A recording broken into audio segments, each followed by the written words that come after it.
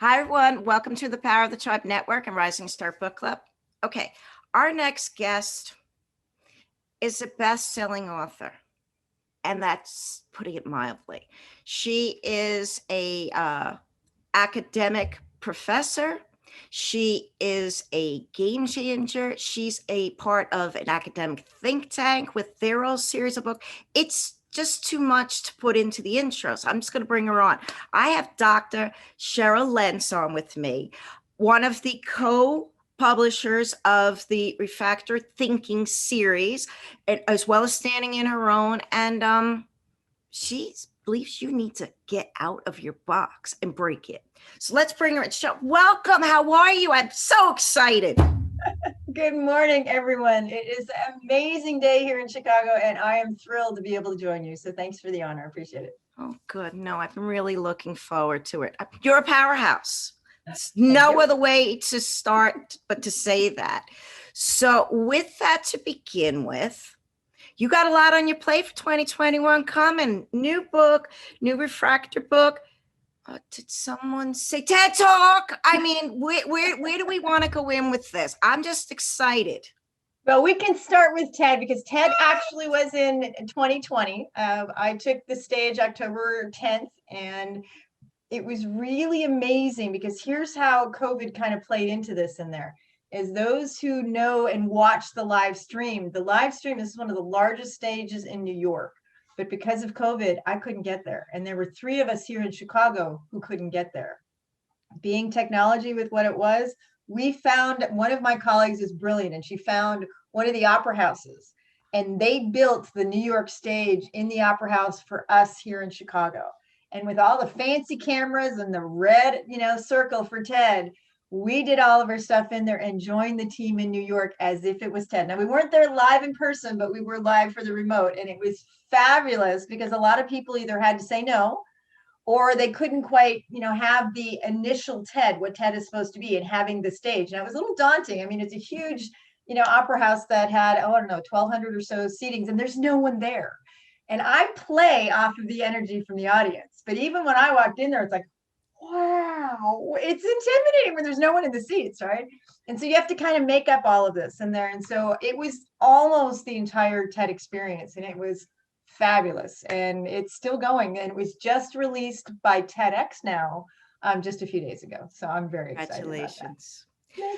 So it was, again, and you believe leveling up. You believe leveling up in failing faster and failing forward. Yes, the queen of failure. And that is kind of an ultimate irony about why some have resonated with my message. I mean, I have been talking about failure since the beginning of time.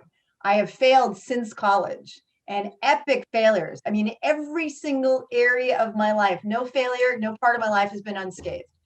And it's the fact of, what did I do with it? I was pretty young when the first ones happened. And my reaction is what most people's reactions are.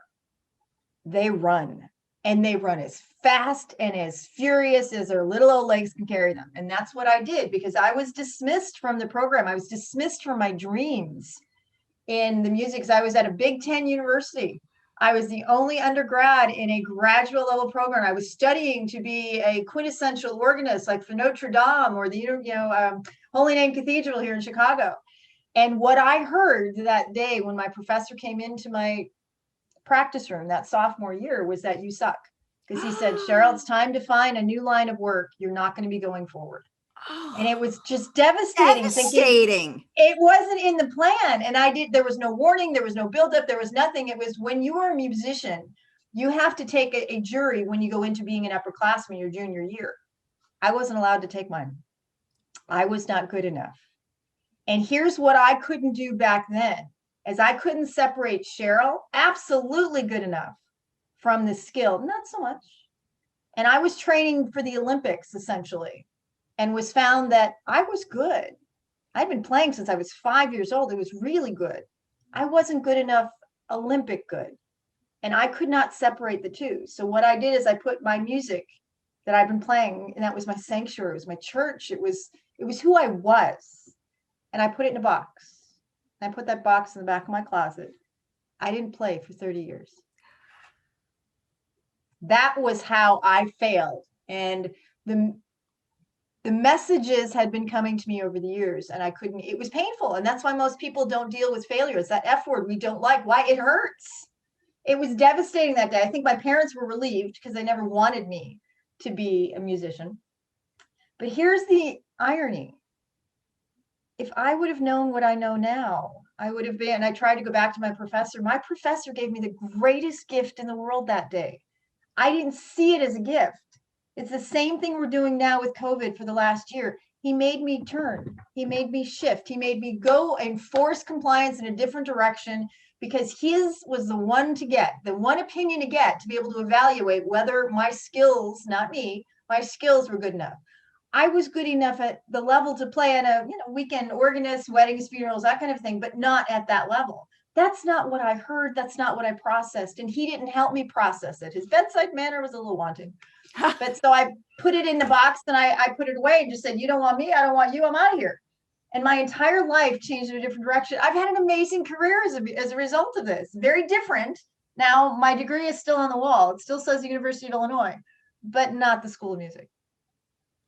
And so, but here's what I would have liked to have had. The music found me again. And that's when amazing things happened. And the messages were already there. Matter of fact, it was very funny. I've moved 38 times. I was a military wife for many years. And when I came home, every house my real estate agent showed me coincidentally had a baby grand piano in it. And it was very odd. I never asked her for that, but it was like, why? It was just, and this house, the one I'm sitting in, actually had a baby grand upstairs and an upright downstairs. Neither of them stayed. And so I'm thinking, going, there are the signals that the universe is telling me, right? And they're ramping it up. And how many of us think, you hit you over the head with a baseball bat going, do you not hear it? Hello? Or, is this thing on? And so I finally was interviewed in November of 2019 by a family, interviewed to purchase a baby grand piano. Sarah sits downstairs in my great room. She came home with me. And that's when things changed, when I could finally stop listening to my head and started listening to my heart. Here's the thing, is a lot of people don't know. You always know. Your body knows. My body's always known. The problem is I could have stayed in the business of music. I could have still played for my own enjoyment. But the fact is I didn't. And that was the biggest lesson. And now music said it's time. And here it comes back. And it was painful. I will tell you, when that piano came into my house and I started playing again, and I don't have the chops because I'm an organist, piano playing is different. Very different skill set. I can play, but not as well. But it was months before I could play anything because it was painful. It's like this, you're saying hello to this friend in the dark you haven't seen in 30 years. And they're like, you know what? There was nothing ever wrong with you ever. You were perfect the way you were. But the fact is your skills weren't as good as, and you didn't have to say goodbye. Oh, I'm going to get misty thinking about it. But the fact is music is back. And a lot of things have been, but here's why, is all of the wrong track that I was on, it made me sick. And I have been to the Mayo Clinic 3 different times. I'm a misfit by their standards. It was you're not living your purpose. This was never supposed to be what never happened. It was just going to look differently. And because I couldn't shift, I just put it away. There was never an opportunity for me to see what music might have been like until now. And so it's very interesting because amazing things have happened just in the last 2 years when I'm thinking, oh, baby, what am I missing, right? And it's been an old friend. And I haven't been able to correct all of my failures yet, but I'm working on them. But all of it is when you listen to your heart and realize that's why I'm here. That's what I'm supposed to do. And we get a little off track, but thank goodness a friend of mine reminded me, because some people never get back on track. Thank goodness at some point you started hearing. And I always thought it was ironic that the messenger that was sent was the same messenger that took me out to begin with, which was music. But you took this message of failure, of shifting, of coming down from your head to your heart. And then we talked about, it's not about you and serving.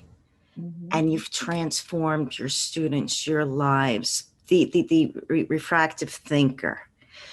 Let's roll into that. I'm so impressed with you.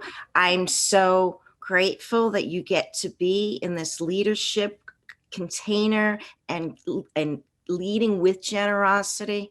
Where did that take you in all the lives that you've got to transform? I never recognized some of the things that I was doing in the beginning, because I know many of us complain about things. I complained every 2 years I had to move, and I've moved 38 times. So when I had a job I didn't like, I was grateful. When I had a job and people I did like, I was resentful. And so what I started to realize is life happens for us, not to us. And as soon as I started being grateful for everything, even the bad stuff, quote unquote, I mean, I was in a wheelchair for 9 months. I can tell you the amazing lessons that I was taught for being in a wheelchair, and vowed I would never go back because it was in my control. It was my choice. And whether I decided to just give up or to decide to make lemonade out of lemons. And now it's a matter of helping my students see what's already there. Had someone been a mentor to me back then, maybe I would have had this conversation with myself saying, hey, no big deal. So you go back and you join the marching Illini. So you go back and you play weddings and funerals on the weekend. You go back and you do your high school, college professor that you were in. Whatever it is, you could have stayed in music. I became that petulant, spoiled brat that said no. And how many of us continue to say no? And so I'm trying to help my students and my clients and whomever is going to be willing to listen, don't say no. Because here's the exciting part. Instead of having one choice, I get to do them all. And that's the whole piece about that refractive thinking. Because the idea of refractive thinking, it's a new piece. I was a college professor my first 7 years in critical thinking. And the way you teach critical thinking is inside the box, critical thinking is outside the box. That's it. And I started says, that's not it. There's another leg. There's 3 legs to the stool. You're having in the box, out of the box, beyond the box. What happens when we don't know what it is yet? And this is where the doctoral scholar comes in, is when my teachers were teaching me in school and they would say, if not you, then who?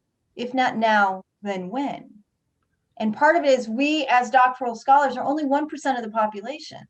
And we are, with great wisdom comes great responsibility. I take that responsibility seriously. It is a gift I've been giving. I cannot sit on it. I need to open it and share it. That's my responsibility, because it's not about me anymore.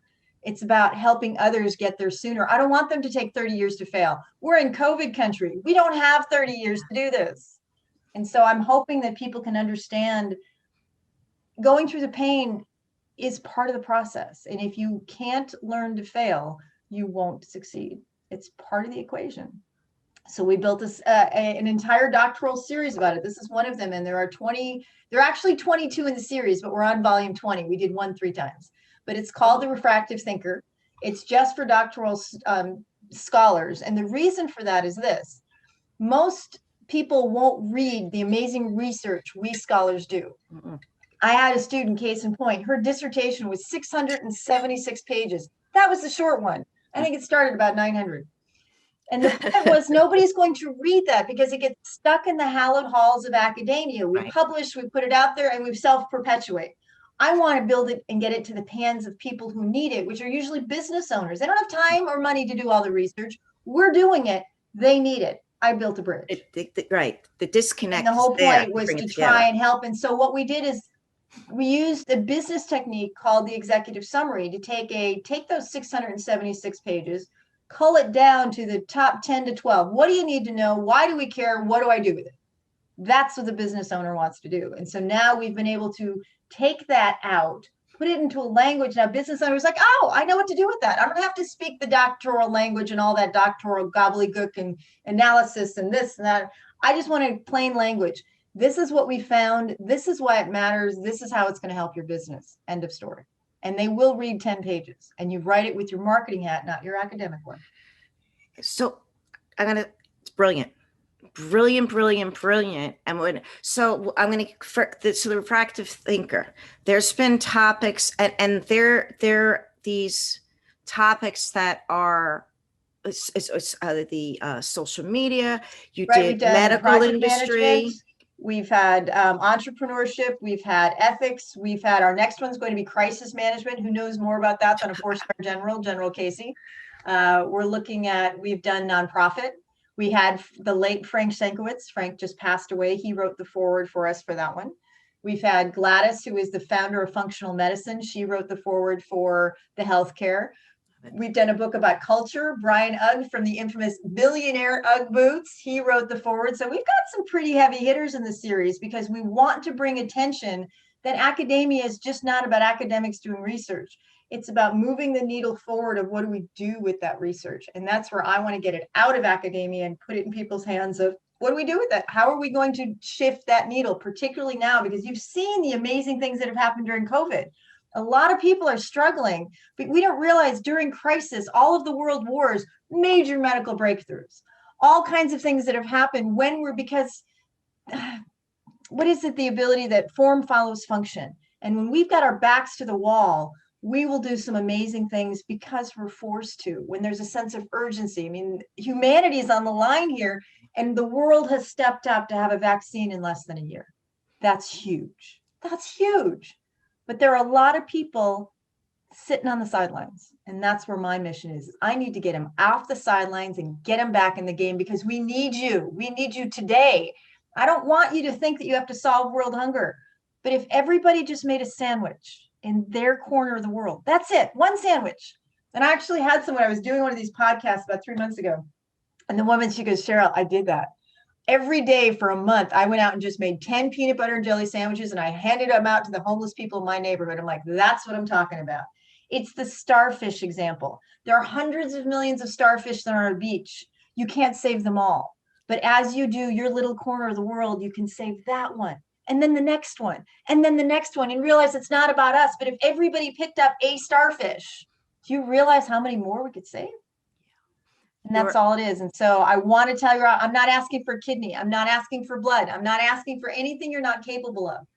You can make a peanut butter and jelly sandwich in your world. You can buy somebody a cup of coffee. You can, maybe look at homelessness or female mentorship or whatever it is that's in your world. Do something and do it today. And again, so you're bringing leaders forward from academia.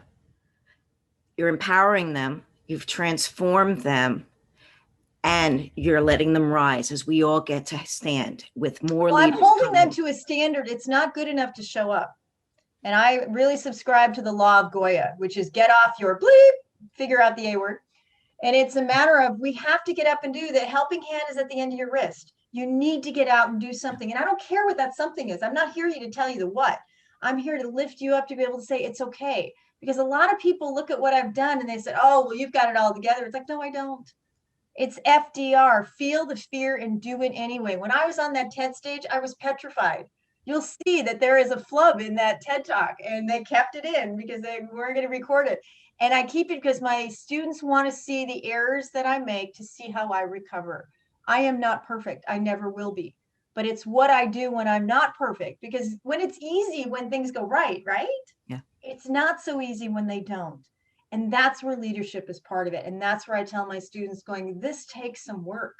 This is not something that I pop out of bed, sunshine. I had a funeral last week. I had medical tests last week. I've got uncles in the hospital right now as we speak. They went in last night. Life happens to me too. Yeah. The question is, what do you do about it when life happens? Do you hang on, do you go in and cry? Maybe. Do you hide underneath the covers? Maybe. And I do for a little while. I don't stay there. That's the difference. I know that I can be a force to be reckoned with only if I'm in the game. And you can't shoot if you don't, or you can't score if you don't shoot.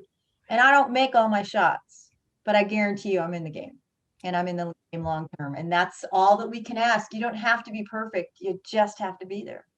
And perfect doesn't get the job done. Matter of fact, I've learned more from being the quintessential failure. And again, I've been married twice. You name it, I have failed. And yet I'm still here and I'm still standing and I've had an amazing career because I've not been willing to settle. That's the other point I'll make today. Many of us settle. And I really take issue with that because a lot of us get stuck. And I see a lot of folks, and maybe that's why I've moved so much. And I've got this, wanderlust in me, maybe part gypsy, I don't know, but I never let moss grow under my feet. I've got to always stay in motion. And it's strange that a lot of people, for exactly my family, I've been gone 25 years and coming back to a family who's never left, essentially. It's tough for them to see that I'm so different. And part of it, it wasn't intentional. When you marry a man in uniform, you become a camp follower. And so not all of this was my choice to move, but I got used to it. Now I get excited about it. I'm probably the only wife in America who wanted her husband to get back in. And now I've been divorced 4 years. And it's very strange because this is not how I expected all this to show up.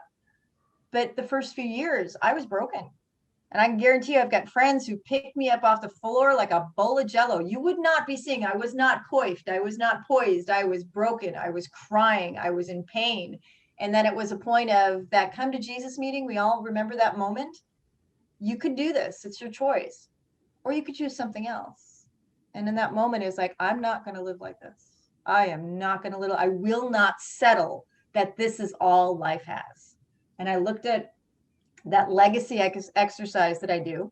And that's if you died tomorrow, what would the world say about you? And you write your own obituary. And when I was in college the first time, undergrad, I didn't do anything yet. There wasn't anything for me to say. The world had a clue that I was here. Masters, meh. Doc, oh yeah. And now I could die tomorrow. And I know I have left a mark. And that to me is the biggest point of knowing that when the end comes and I head up to our maker in St. Peter, what I want to hear is this. Thank you. Good job, my good and faithful servant. Love God. That's what I want to hear. And that I have not wasted a single moment or a single bit of energy, but I have made this world a better place. And that's what I want the end to be, that it wasn't all wine and roses and it wasn't unicorns and rainbows. But the fact is I'm still here and I was still able to make a difference. And as long as there's breath here, I will not settle. And I will live life to its ultimate good every single day and have to work a little harder when the days get a little less than wonderful. And they're coming. They're here. I'm stuck in the house with, minus 14,000 degrees below zero. I'm wondering, why am I here? Really? Should be on a beach in Tahiti with my kayak. But here's where the good Lord has asked me to be. And here's where I will bloom and shine at his request. So. It's a good book, by the way. Yes, it is. Yes, it is. Life's how you kind of just put it in there. It's all prophetic and profound if we choose to hear its lessons and if we act on those lessons. I'm not here to tell you it's going to be easy. Sometimes it's going to suck. And I will tell you, I've had some really rough roads to get here. You see the polished and the energy because I make a choice every day that this is the life I want, not the life when I was in a wheelchair, when I was broken. And I just refuse to go back there. You said two really crucial points in allowing people to shift: your legacy and the not about you. Because then you don't get to stay in that wheelchair because it's not about you. Well, and that was something that was also strange because a lot of my students, particularly my doctoral students, the first few years are a little rough. And the reason for that is because we have to get comfortable with being uncomfortable. Being uncomfortable is where the learning happens. Honoring the struggle is where the learning happens. We like to be the expert. We don't like the process to get to be the expert. That's messy. That's painful. That's and I used to hate it because everything seemed to be written in water. I wanted written in stone. I wanted to just do this and I want to move on. Yeah, that's not how it works. And so having to learn how to manage these expectations. But then one of my coaches says, yeah, but be careful what you wish for. It's like, what do you mean? The reason your life was never going to be completely wine and roses is we need to keep you there too. And I'm like, oh, now that's not good news. So I have to learn to be graceful and elegant in the non-graceful and elegant moments. And to learn to be comfortable with uncomfortable, even at this level. Because at some point we like to say, do I ever get there? Can I just rest on my laurels and say, ta-da? The answer is no. You get to a little bit, I'll tell you, there are certain milestones. Like when TED happened, you're like, nobody's watching, yay, right? And then you go back and we got a job to do and we celebrate. That's really the secret. The good times help you get through these are the lessons to get to the better times. And I'm a big Sinatra fan. And for those of you who are Sinatra fans, go look at what's on Frank Sinatra's headstone. He was buried and his monitor in the cemetery says the best is yet to come. And that's really what it's all about. And I keep looking at it. Well, this is great. Can't wait to see what tomorrow's going to be like. Yay, me. I love that. All right, so let's talk about, so TED's coming out. That will be, when is it hitting? Well, TED, actually, it came out on Monday. So it's officially approved. It's on my website. It's not on my website yet, but it's on my Facebook page and it's in TED. Sometime this weekend, I'm going to actually put it on my website, but you can go to the TEDx website and just type in my name and you'll see it. You'll see it all over my Facebook page. I'll be putting out press releases. I've sent it to all of my students, so the world knows about it now. It's actually, if we think that I think if it's been listened to more than 500 times, we consider that going viral. So if that's the case, then my TED has already gone viral already because it's way more than 500. It's like, wow. Oh, okay. Well, I might have shared it already. So and we get to do that more. So yes, all the power of the tribe is behind you. So excited. The book. Now your book. Yes. And this came out with TED because this is where the story comes, is that in the TED talk, I talk about my failure. And then I talk about where failure lives in the brain, because the talk is actually called The Anatomy of Failure. So I get into the esoteric MD kinds of things and what happens chemically and what was going on. The Failure Has No Alibi is the book that goes with it, because it'll tell you about all of the things that happened in more detail. You only get a few minutes for TED. I mean, the whole TED talk, I think, is no more than about 14 minutes. And so I made sure that the book that came out, and it's funny because the book went bestseller and I didn't do anything about it. There wasn't time.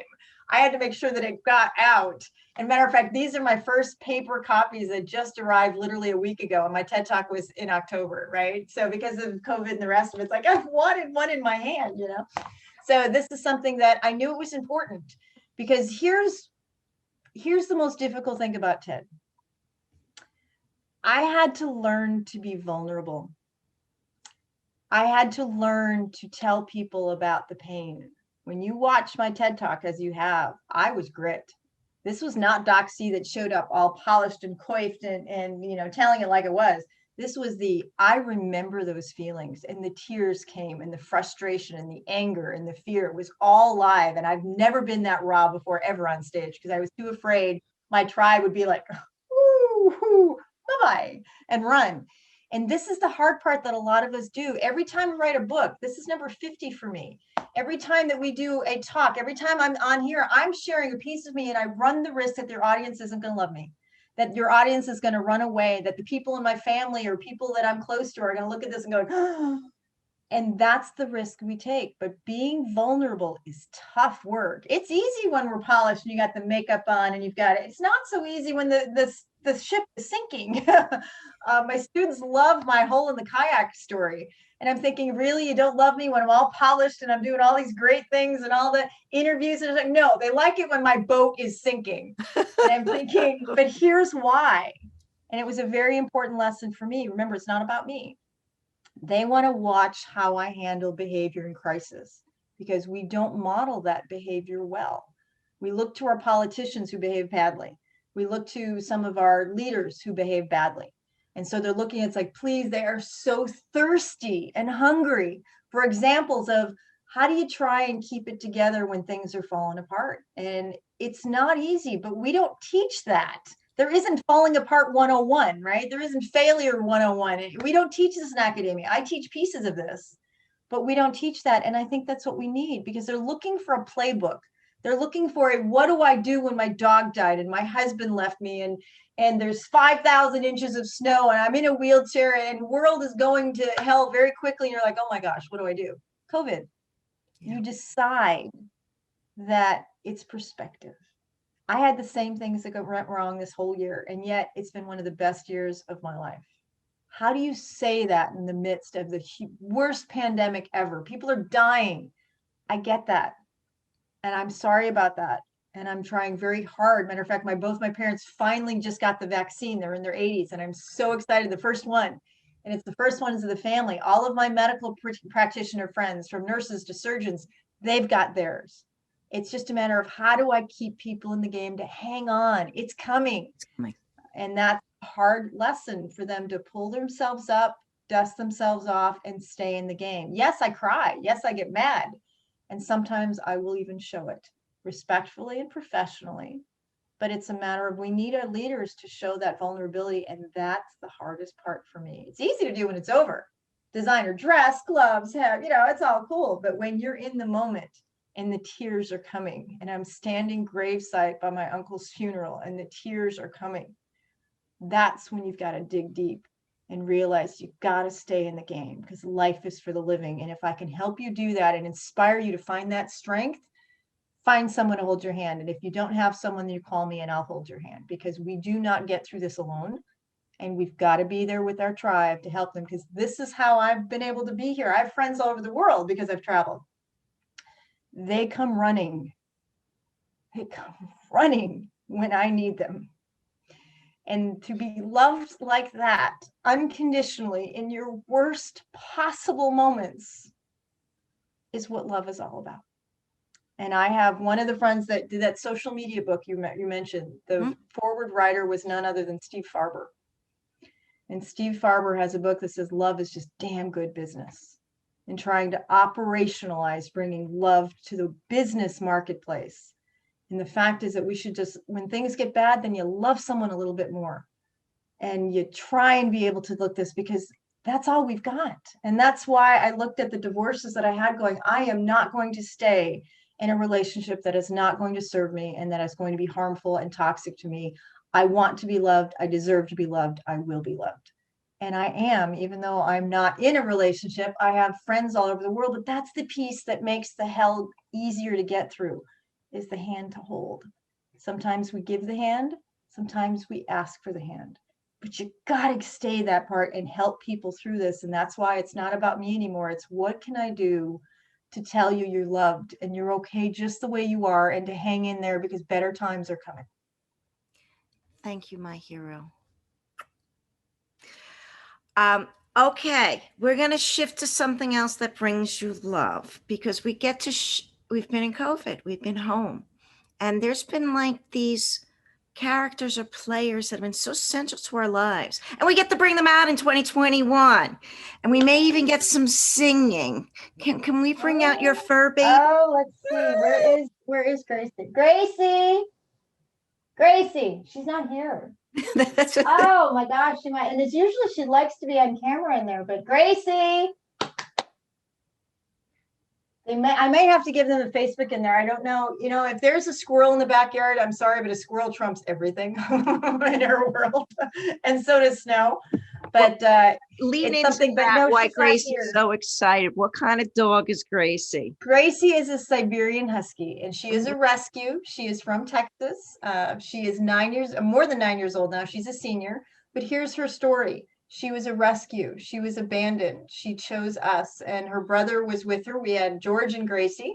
George died when he was 6 years old. Unfortunately, he died of liver cancer. Oh. And her world just about fell apart. She grieved for over a year. She was so sick that I had to help her, and I wasn't sure she was going to make it. I've never seen a dog grieve. That was her Georgie. And now she has liver disease. We have been managing for 2 years. The vets are very excited that we keep her in the game. I've survived 3 years now. She has a special diet. She has a special thing. She goes and chases rabbits and everything you can imagine. And she's doing okay. But we have to realize we are in the animal kingdom and they're part of this. And so I have to be very cognizant, because sometimes when I'm down, I swear it's like she'll lick my tears, because she's like, Mommy's face is leaking. There's a problem here. And she'll just come and just lick them off going, I don't get it. She'll know when Mommy needs her, and she'll just sit on the bed and she'll just watch me, and she'll lay her head on the shoulder, and I'll know when she needs me. But it's the same thing. People, animals, it doesn't matter. There's a need. Connected. And she has been, between music and her, those are my rocks that have gotten me through COVID. And so I recommend that a lot of folks in there, my baby just happens to have 4 legs and a tail. And I don't see any difference between humans and animals. I don't care if you have a snake. I don't care if you have a goat. I don't care if you have a baby goldfish. It's life. You have a plant. You have to keep life around you, because I know it's easy when the sun comes up. I'm very energetically related. I have a hard time in the wintertime, because when the sun goes down, I go down. And so now that we're getting more minutes every day, and I get really jazzed that I have got to stay in the game in there. It gets tough at nighttime when my energy wears down. I get cold. I'm alone. and you look at that going, I got to keep the energy, and it's all here. It's not here. And this is where we don't understand. It's all inside. It's a choice. So when we can love a little bit and have our little, and to hear, oh, you got to hear some of the stuff. And I know I wish she could be here today. She's a character when she starts getting, singing. And boy, when she has something to say, the whole neighborhood knows. There are 8 huskies, 7 female, 1 guy. It's really funny that are within a block and a half radius of my That's house. so funny. And it's hysterical, but she's the only gray. She is a gray and white. She's a diva. She's beautiful. It's beautiful. But very unusual because typically most will have the white, black and whites. And my Georgie was red and white. And my Georgie was amazing. He was such a special dog. And she is the last of 5. I don't know if I will get more after that, but they were all rescues. We actually, I don't know if you know this piece, but I started Siberian Husky Rescue of New Mexico in 1998. I didn't know that. Yep. Okay. And I was there as part of stuff. And it's still in existence. Matter of fact, the second president after me turned it into a 501c3. The current president has been there because I'm obviously not in Albuquerque anymore, and they're still saving lives. And here's what it is. I didn't know what it was doing back then. All I did was step up and take the first step. And I found so many people behind me willing to follow someone who didn't know what the heck they were doing back then. I didn't even know rescue existed. We've now saved thousands of dogs and Siberians. And it's just amazing. It's a drop in the bucket. I'm sorry to say. I was always hoping we could obsolesce ourselves, put ourselves out of business so we wouldn't be needed. Sadly, we still are. But until the day comes when we will still be needed. And I am so honored the fact that I started the group, but it's been doing a whole lot. I still financially support them when I can. But it's amazing to see they still exist from more than 20 years ago. I did that. I started that. And see, here's the lesson. Get things in motion, start a movement, start a tribe. You don't have to manage them long term. People will be there to help. And sometimes I wonder if I'm just a catalyst. I get things started, I turn it over, and people are like, all right, we got this. All right, time for Dr. C to move on and work on my next project. And then I get it all in there and up and running. Time to move on. I mean, perhaps that's where my calling has been, but it's to inspire people. You're an entrepreneur builder. It's just, you see a need and you want to be able to help. And when you look at the idea of service, and I'm actually contemplating, ask me in a couple of weeks. I think there's some more changes that are coming. I'm not at liberty to say at the moment, okay, but there are some more changes that are coming out. And when you start realizing that all you do is ask the question, good Lord, where may I be of service? Yep.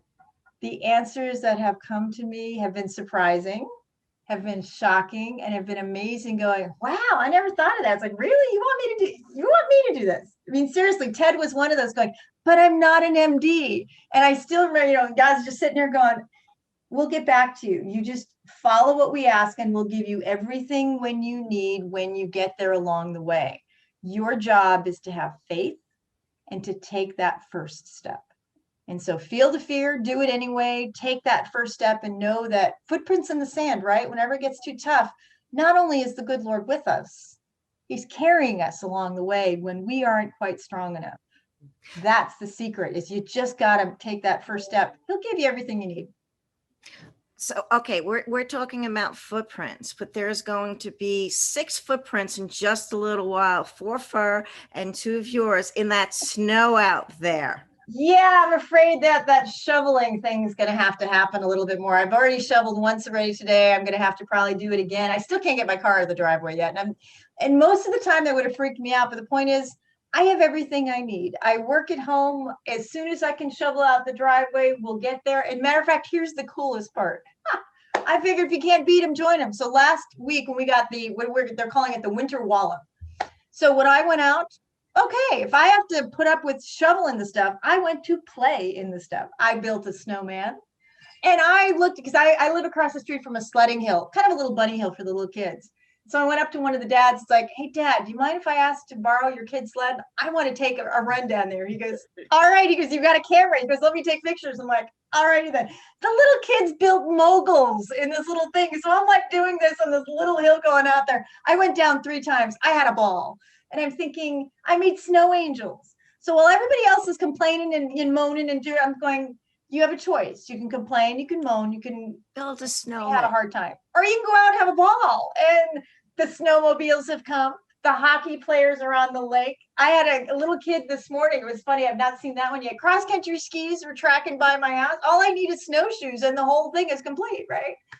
So it's all choice. We choose what we see, and what we resist persists. What we choose to focus on, we get more. It's really that simple. The law of attraction.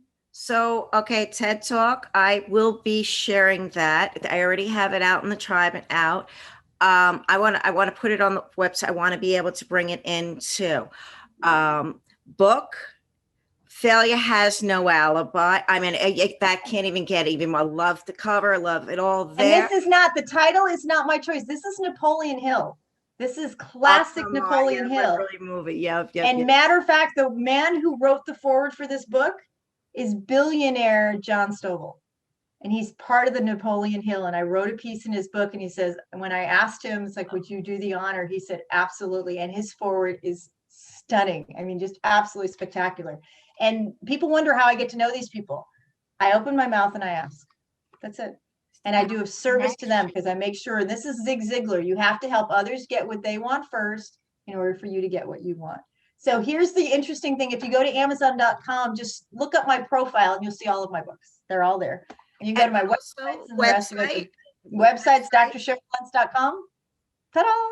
And you just type drcherylentz.com and you'll see all kinds of stuff. My YouTube channel, my LinkedIn profile, Twitter, Instagram, I got a whole list. And then all of the podcasts I've been doing, I've probably done at least, I would say close to about 30 or 40 podcasts since COVID has started. And anytime anyone asks, absolutely happy to share the message, whatever I can do. I had one yesterday. I've got yours today. I've got 2 keynotes coming up, one in March, one in April. And it just keeps coming. And so when you ask to serve, the Lord will provide where you're going to serve. And that's the exciting part. I just have to wait to see where it is. It's like, well, where am I going today? and again, that starfish. That's it. It's back, because you get to stand. And I want to tell people, I don't think of me as some kind of a hero. I'm not that special. All I've done is been able to just do it one step at a time. I didn't know what I was doing all of the time.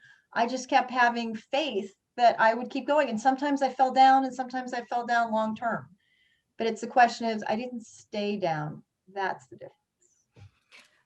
Always a pleasure. Congratulations on the book. The TED Talk will be seeing you again. I hope so. I'm going to be in here long term. Anything I can do to help, just ask, my friend. As well as mine. Support both ways. So grateful for you today. Go enjoy this Friday, this week in the snow. And again, you are fabulous. See everybody. Bye. Bye. Go